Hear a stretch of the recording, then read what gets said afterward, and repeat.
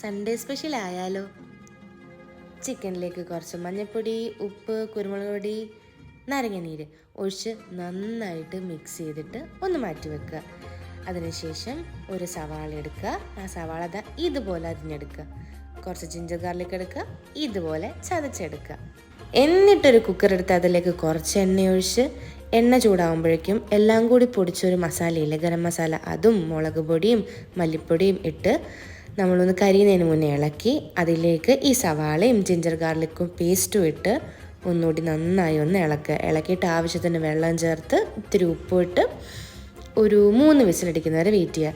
3 വിസിലടിച്ച ശേഷം തുറന്ന് നോക്കുമ്പോൾ ഇതുപോലെ ഇരിക്കും. അടിപൊളി മണവും കാണും. ഓക്കെ, നന്നായിട്ടൊന്ന് ഇളക്കിയ ശേഷം ഇതിലേക്ക് തക്കാളിയും കറിവേപ്പിലയും കൂടെ ആഡ് ചെയ്യുക. എന്നിട്ട് നന്നായിട്ട് ഇളക്കി ഇതിലേക്ക് നമ്മൾ നേരത്തെ ചേർത്തത് ചിക്കൻ എല്ലാം കൂടി ആഡ് ചെയ്യുക.